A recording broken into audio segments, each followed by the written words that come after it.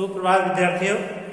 आज हम क्लास 7 और 8 हिंदी विषय के अंतर्गत व्याकरण के एक नए बिंदु को पढ़ेंगे। व्याकरण का वह नया बिंदु, वह नया पाठ है विराम चिन्ह। विद्यार्थी, जैसा कि आप लोग जानते हैं कि विराम का अर्थ होता है रुकना या विश्राम लेना। विराम का अर्थ होता है रुकना और विश्राम लेना। आपने देखा होगा कि जब आप अपने भावों और विचारों को व्यक्त करते हैं, जब आप अपने भावों और विचारों को व्यक्त करते हैं या जब आप बोलते हैं, तो हम बीच बीच में थोड़ी देर रुक जाते हैं और बोलते समय इस प्रकार के रुकने की जो प्रक्रिया है वो लिखित भाषा को स्पष्ट करने के लिए कुछ चिन्हों का प्रयोग किया जाता है। उसे संकेत चिन्ह को ही, उस संकेत चिन्ह को ही विराम चिन्ह कहते हैं। मान लीजिए कि जैसे यहां लिखा है रुको मत जाओ, रुको मत जाओ। अब पहले वाक्य में आप देखिए विद्यार्थी, रुको अर्थात यहां रुकने के लिए कहा है और जाने के लिए मना किया गया। परंतु दूसरे वाक्य में रुको मत अर्थात रुकने के लिए मना किया, जाने के लिए कहा गया। चिन्हों के प्रयोग से अर्थ में कितना अंतर आ गया है, अर्थ में भिन्नता आ गई है। एक में जाने के लिए कहा गया है और दूसरे में रुकने के लिए कहा गया है। तो इस प्रकार चिन्हों के जो प्रयोग है, जो विराम है जहां लगाया जाता है, उसी को विराम चिन्ह कहते हैं। अर्थात विराम का अर्थ है रुकना या ठहरना। रुकना या ठहरना, लिखते समय जहां पर हम रुकते ठहरते हैं, कुछ ऐसे संकेत चिन्हों का प्रयोग किया जाता है जिससे अर्थ स्पष्ट हो।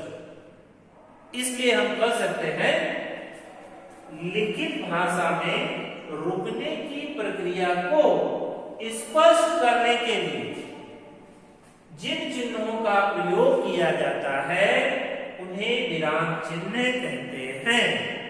कि जब हम लिखित भाषा लिखते हैं तो उसमें जहां पर जिन चिन्हों का प्रयोग किया जाता है उन्हें ही हम क्या कहते हैं, विराम चिन्ह कहते हैं विद्यार्थी। जैसे यहां पर देखिए रुको, रुकने के लिए कहा, मत जाओ मना किया गया। दूसरे वाक्य रुको मत अर्थात तुम यहाँ एक पल के लिए मत रुको, जाओ। तो दोनों के चिन्हों का प्रयोग एक ही है, परंतु जहां लगेगा उसके अर्थ में परिवर्तन करेगा। उदाहरण के लिए आप कहां जा रहे हैं, अब यहाँ पर प्रश्न पूछा गया है तो प्रश्न सूचक चिन्ह का प्रयोग किया जाएगा। इसी प्रकार आपकी पाठ्य पुस्तक में हिंदी में कुछ प्रमुख चिन्हों का प्रयोग होता है जिसे हम यहाँ देखते हैं और उनके प्रयोग को जानेंगे। विद्यार्थी, हिंदी में यहाँ आपकी पाठ्य पुस्तक में कुछ 12 चिन्ह दिए गए हैं।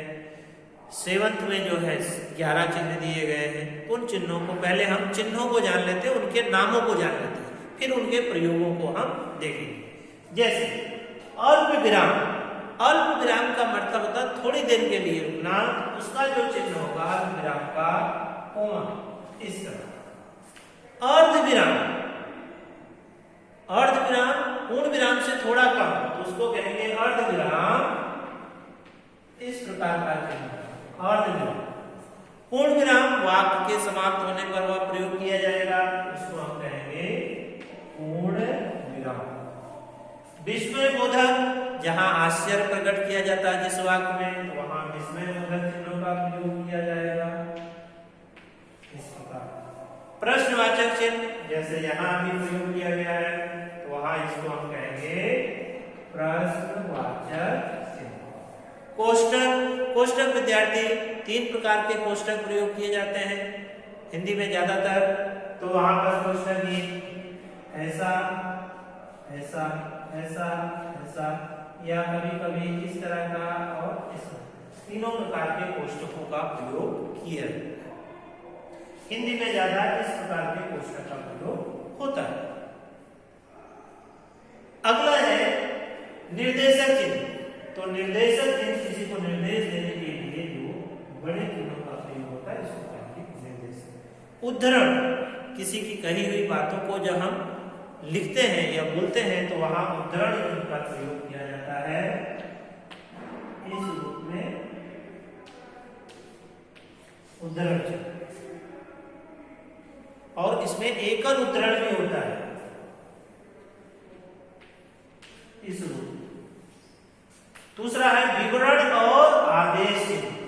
विवरण जो है या आदेश चिन्ह जो है उसके कहीं इसको विवरण चिन्ह भी कहते हैं, आदेश चिन्ह भी इस तरह।